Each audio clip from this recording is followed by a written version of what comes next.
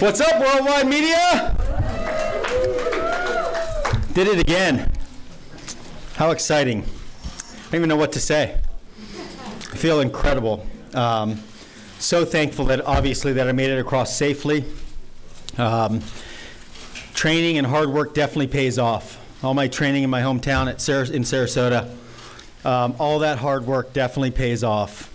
Hopefully more people around the world, millions, are inspired that if they work hard enough, they can accomplish any of their goals as well. Thank you guys. I want to thank the city of Chicago. They've been incredible to work with. Amazing. Beyond incredible. So I want to thank them. Arnie Granite, you've been amazing too.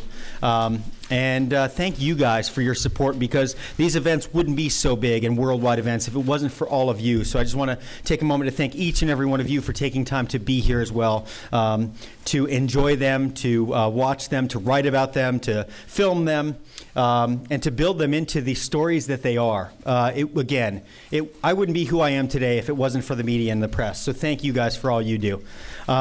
After I buttered you up, I'll take questions. Any surprises out there? You know, the wind was definitely on that first walk. The reason why I didn't take my time, I was ready to take a selfie. I had every intention. I'm so bummed that I didn't. But there were some strong winds hit me in the face to the point where I was like, wow. I mean, it kind of stood me up. I try to lean in as I'm walking uphill, and it stood me up straight. And I was like, you know, Jim already told me off air. He said, when you get towards that building, it's going to get a lot worse.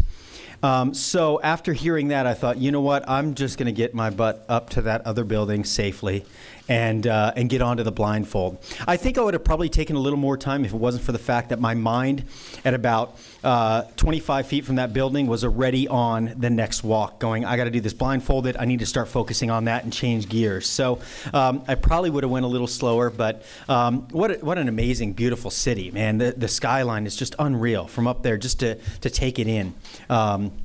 Again, just so blessed. Describe the moments in between the two walks. Stressful, sort of. I have never done 2 walks in a row. So to keep the energy up, somebody asked me if I was cold. I was like, heck no, not at all. There was enough adrenaline to keep me warm for sure. They asked me if I wanted my gloves. Stressful that I had to go into an elevator by myself. I like to be with my family. I'm a family man. I love my wife and my kids to be there all the time. People put me down sometimes. How dare you have your wife and kids there? Well, that's why I can do what I do, because without their support, I'd be nothing. So having them there is so key. It's so important. And having to get in an elevator without them because they had to go to another building was really tough, actually, just standing there. But, here we are, and again, praise God, here I am. You're always thinking, always planning, what's next. How do you top this? I don't know. At this point in my career, how do I top the Grand Canyon, Niagara Falls, blindfolded, 2 Guinness World Records tonight? That's pretty awesome. Again, what an amazing opportunity. But I think at this point in my career, it's not necessarily about topping myself. It's about inspiring people. And every time that I do a walk, whether it be over the city of Chicago blindfolded or over the Grand Canyon, Niagara Falls, or any other city or around the world, the truth is it's still my life on the line, whether I be 100 feet up or 10,000 feet up. So I believe that my fans love me enough that they'll support me in whatever I do. One of my huge dreams is my great-grandfather was my inspiration, Nik Wallenda. He inspires me to do everything that I do. He is that light that I focus on. And hopefully I'm making him proud by what I'm doing. But next year is the 45-year anniversary of the greatest walk he ever did in his career, which was in Tallulah Gorge, Georgia. It's about, I think it was around 600 feet high and over 1,000 feet long. But while he did that walk, he did 2 headstands on the wire. Well, I've trained a bit to do a headstand on a wire, but I've never done it publicly because I've always said if I do it, I'm going to do it on that walk with him. So my dream is that was filmed for a BBC special back in 1973, I believe. My dream is to actually walk the wire with my great-grandfather and actually simulate him. He will be on that wire crossing Tallulah Gorge with me. I get goosebumps and chills thinking about it, but that's probably the next thing. Next year is the 45-year anniversary next summer, and I really, really want to do that walk. You seem to be a fearless guy. Like you're talking throughout the walk on the line. Well, what is the scariest moment in this whole process? Whether the city approves or not. That's not necessarily true. There's definitely times. I think, to be honest with you, it's before I get on the wire, because I never know. Every time I get on a wire, no matter how much I train, I never know what it's going to feel like when I get out to the middle of that wire. I never know if it's going to be right, if it's going to be the same as training. So I never know what to expect. And Mother Nature, we never know what to expect. So because of that, it's really the time leading up to it. The hardest part of doing live TV is waiting till the director says, go ahead on the wire. That hour leading up to it that everybody's going, why are they making us watch this for an hour till he gets on the wire? I'm going, why are they making me wait to get on the wire for an hour? Because I want to get on that wire and walk. Because there's so much anticipation, so much excitement, so much adrenaline. People say, do you sleep well the night before? I slept till about 9 this morning. That's with the time change. Plus, I'm from Florida, so that's 2 hours different. That's like sleeping till 11, so you could call me lazy, really. But not only that, I got up, I walked around the city here. I tensioned some of the stabilizers, walked around, checking the rigging. I went back and took a 2-hour nap. But that's kind of how I kind of get into the zone that way. I try to keep that adrenaline down until the last minute. And it really all comes down to training and being able to keep that adrenaline down, knowing that I've trained properly and prepared properly. But that was all real. That incline was at 19 degrees. And I found that out earlier today, about 4 or 5 hours ago. It was supposed to be at 15 degrees. Everything I trained on in Sarasota was 15 degrees. So I was walking a cable that was much more steep as well. And that's very intimidating. I hope they got the shots. But if you stand on top of Marina City West and look up that cable, it's doggone intimidating. Way more intimidating than being up top and looking down. It is really intimidating. That cable looked like it was going straight up. And that's the hardest part is leading up to it. The moments before stepping onto that cable and waiting. They wanted me to stand up there and look at it and check things out. I'm like, no, guys, you don't get it. I'm getting on the roof. I'll say a couple words to Jim, and I'm getting on the wire and I'm walking. Oh, unbelievable. That's what helps build my confidence, no question, is the crowd. Having a huge live crowd, I was born to perform in front of an audience. 7 generations in 200 years, we performed in front of live audiences around the world. That's what helps me be so confident. Hearing that roar, when I first went up on that building, I believe it was about 6:05. I went on the roof, and to hear 50, 60, I've heard 65,000, whatever the numbers were, screaming and roaring for you is just an unbelievable feeling. To know you have that much support in a city where you're about to fulfill your dream, and so many people believe in what I do. It's just an awesome feeling. What are you up to tonight? What am I up to tonight? I am going to celebrate with my family, and I'm not going to tell you where. Have you seen your family yet? Oh, absolutely. Yep, they were up on the roof. They were up on the roof after the incline. They were waiting for me at the top, and then as I did the blindfold, they were on the opposite side. My dad was there with a megaphone calling out my steps. I'm sure you guys could see from where you were, but there were those stabilizer cables. They were about every 15 feet, I believe. And as I walked, my dad would have to tell me, hey, you're coming up to the next one, step over it. You're coming up to the next one. So very, very important so that I didn't trip on them. But that walk felt like it took like 3 seconds. I mean, it was crazy how quick it started, and it was just over. But clearly thrilled. My wife was extremely stressed out about that walk. I was nervous about both of them, and my biggest concern was I was so focused on the blindfold walk more than I was on the incline. I knew the incline was going to be a huge strain and a difficult challenge, but that blindfold walk, there's something about it that just messes with your mind. And my wife was freaking out about that, so she was thrilled, beyond thrilled. And I was beyond thrilled when those guys, who are 2 very close friends of mine, grabbed me when I got to that other side, hugged me and held me. It was like, hugs never felt so good.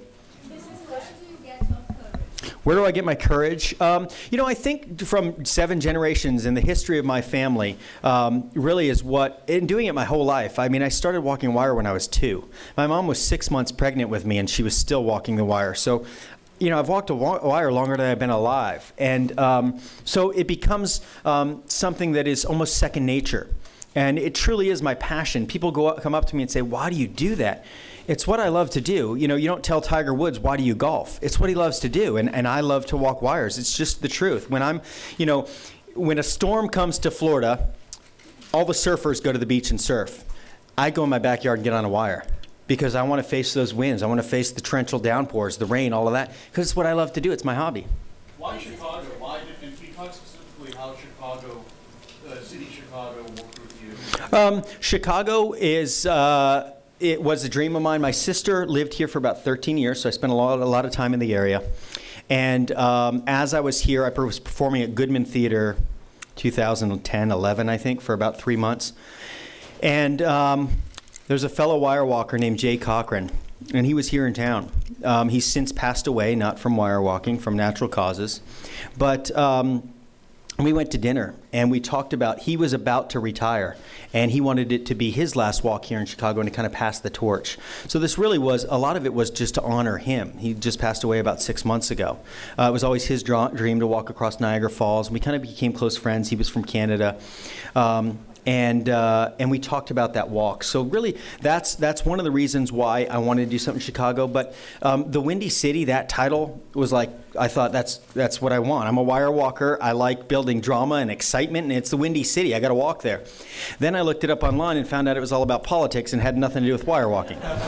But it sounds good. It looks good on paper, that's for sure. Like the night walk versus the day? Yeah, night walk is.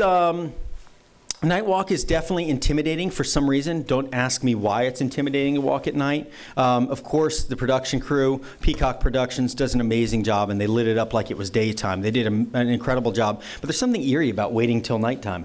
Again, they light it up so well. I mean, they made this city look amazing on TV around the world. Before today's walk, you said that this was your biggest challenge yet. Now that you've completed it, how does it compare in terms of difficulty to Grand Canyon, to Niagara Falls? You know, I try not to compare them because the dangers are all the same. In the end, if I fall, I die. So I try not to compare them, but you know, they all have their own challenges. What I learned from the Grand Canyon was that I better train even harder than I ever did before, which is what I did for this. I learned I needed to spend more time in the gym. I needed to spend more time on the wire and be ready.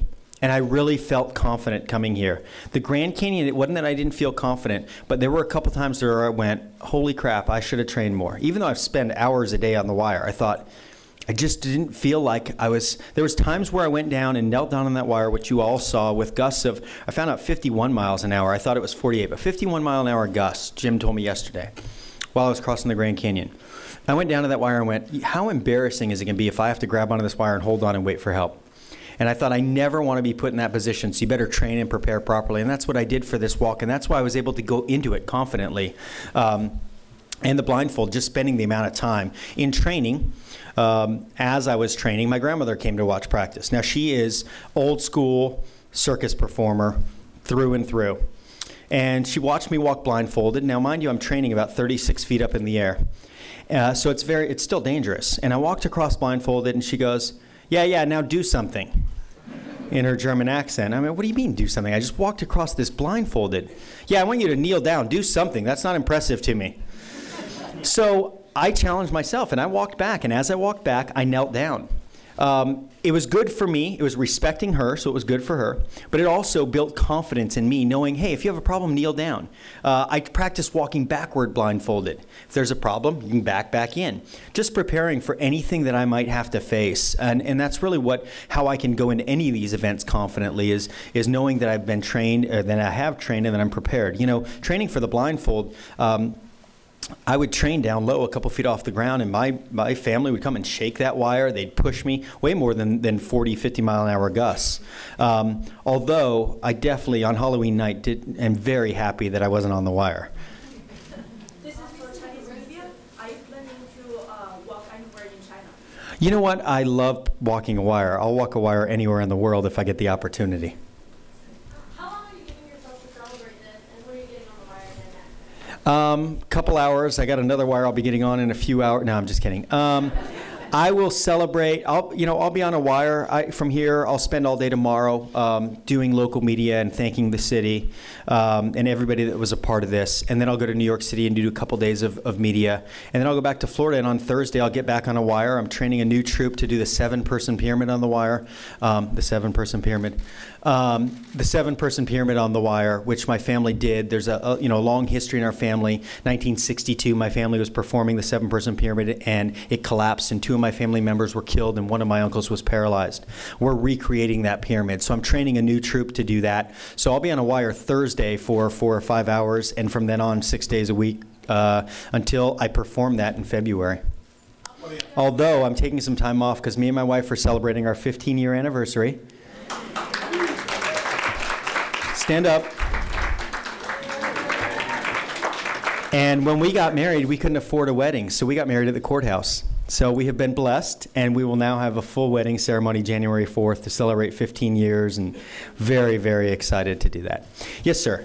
Now that you've completed Chicago, even though New York turned you down, are you going to keep trying? You know, I will answer that in two ways. New York never turned me down. The commissioner, the police commissioner, answered the media the day after I got off the Grand Canyon and said that he wouldn't allow me to walk because of the safety of the public. If I was the police commissioner, it was Ray Kelly. He's not there anymore. If I was the police commissioner and I got a camera put in my face and said, will you let Nik Wallenda walk, I would do the same thing because that's what I'm paid to do. I would never put the public in harm's way, which we proved here tonight. They weren't under me. They weren't in the area. So the city didn't officially turn us down. It's something that is an ongoing process. Niagara Falls took changing two laws, changing legislation in two countries that was over 100 years old to get permission. I live by three words: never give up. I'll be walking in New York City. Did you choose the Chicago Bears bye week on purpose? Oh, you know what? All of that has to do with scheduling, and that really is other people that deal with that stuff. But absolutely, Chicago Bears were playing tonight. I probably wouldn't have. I wouldn't have been walking. Also, could you help Jay Cutler with his footwork? I would love to help Jay Cutler with his footwork. Yes. You obliterated your practice times in Sarasota. Were you just kind of ganging it or something? You know, I think when you get nervous, you talk faster. When I get nervous on the wire, I walk faster. People, you would think the opposite. Oh, there's winds, there's issues, so he's going to slow down.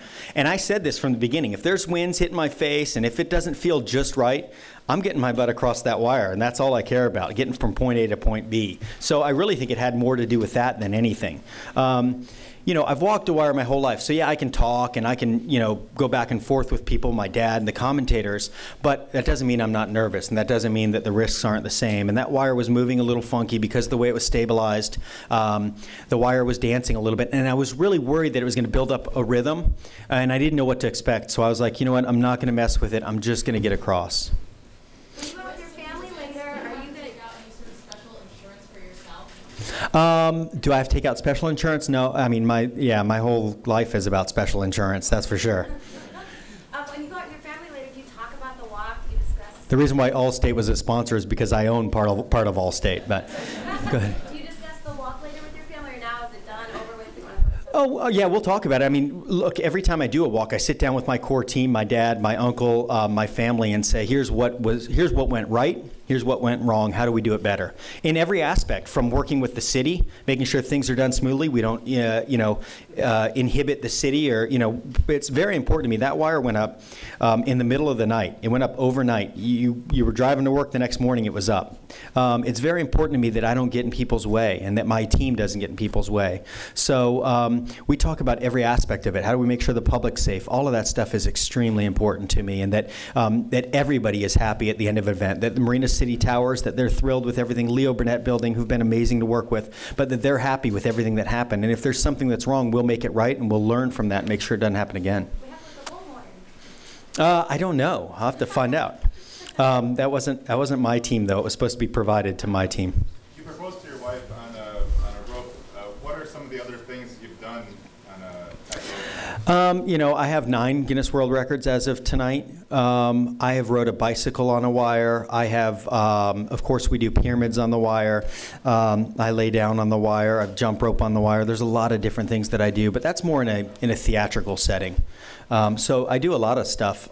We have, as a family, with my kids, we have chicken fights on the wire. Because at the end, life is like a wire. How do you get balance? How do you get balance in life? Because life on a wire is like an analogy. Yeah.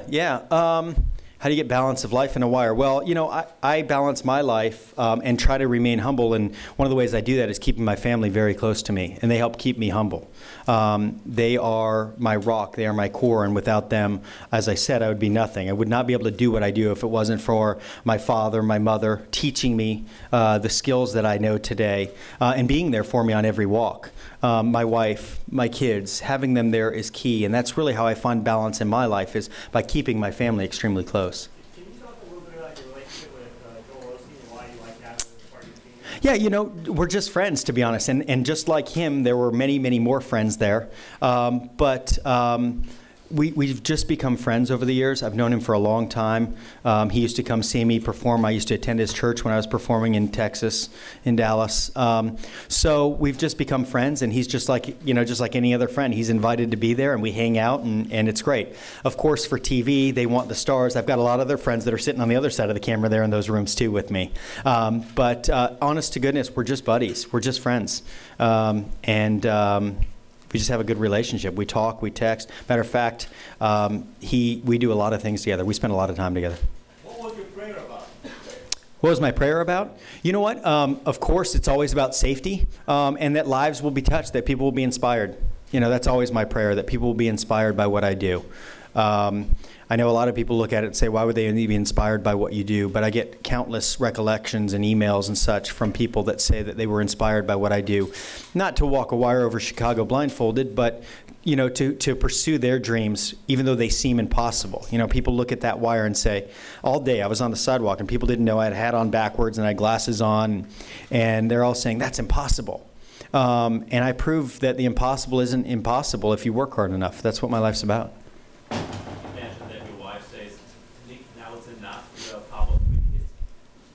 If my wife ever said enough is enough, it would be enough. I mean, it's that simple. I wouldn't do it. If my wife said tonight as I was walking on that cable, don't do it, I wouldn't have got on the cable. No matter how many millions of people, no matter how many hundreds of countries around the world were watching, I wouldn't do it. My family is way more important to me than any walk that I could ever do.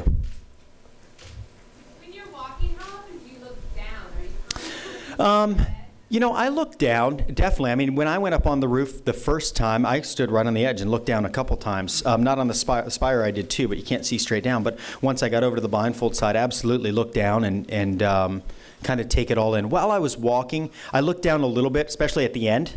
But because I was walking uphill, it kind of just makes your eyes look that way to that. I'm supposed to really focus on that cable. So I looked around a couple times and looked down a couple times, but really got to take it all in when I got to the very end, right up to Leo Burnett, about 10 feet away. Can you talk a little bit about the expand, like what you saw when you were up there? What your biggest takeaway is? There's a construction site over here. And on the construction site, the orange paint on the wall, it says, "Go Nick." I thought that was really cool. So I kind of take it all in. You know, it's cool to have a city that supports you like that believes in you. You know, to have 65,000 people is what they're estimating. At least that's the last I heard. That's awesome. I mean, that's really, really cool to me. I'm honored. Was it better to have the people like right under you there, Marina City Tower? Was it more intimidating? No, I just had to ask them to be quiet because I really needed to hear. We had a kind of like a beacon or a ping at the other end of the wire, so I had something to focus on, as well as my father with a bullhorn. So I just wanted everybody to be quiet. But no, I love entertaining. I love performing for people. So to have people right there, it just makes it more fun, more exciting. I'm just going to take a couple more questions, and then we've got to get him to his family to eat dinner. Was I visualizing anything? You know, my wife told me very early on, visualize, you know, in yoga, which I don't do a lot of, I probably should do more of, but visualize a red dot in your head. And I guess that's what they do in yoga. Is that right, honey? You're really good, yeah. If you're really good. So I guess I'm really good at yoga. I just didn't know. Actually, I'm not really good at yoga. I've tried it. But I've kind of focused, just kind of had a dot in my mind, and then I heard that sound, and I just kind of tried to focus on that. What's the split between physical training and faith? You know, my faith plays a key role in every aspect of my life, not just performing. So faith, you know, the only thing that faith assures me is where I'm going if I were to fall off that wire. I don't believe in any way that my faith holds me on that wire or gets me across that wire. I believe that God provides a peace that passes all understanding, and that's why I can stay calm and cool leading up to these walks. But my faith, again, it plays a role in every aspect of my life, not just on the wire. It's on the wire now, off the wire as well. Awesome. Everybody happy? I know I am. Thank you guys again. Thank you for all your support and everything that you've done for me. Thank you. Here's the blindfold. Want to put on a blindfold so I can take your picture? You guys want to take a picture of me with the blindfold on?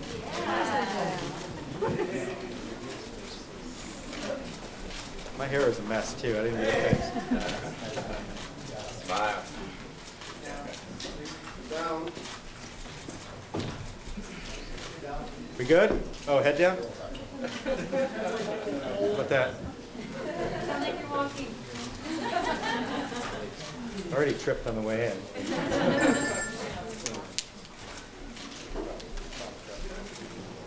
All right, you got it Can we now. get a selfie? No, we Selfie? we gotta- Yeah, right and then- now. And then we gotta run, Thanks, guys. Thank you, everybody.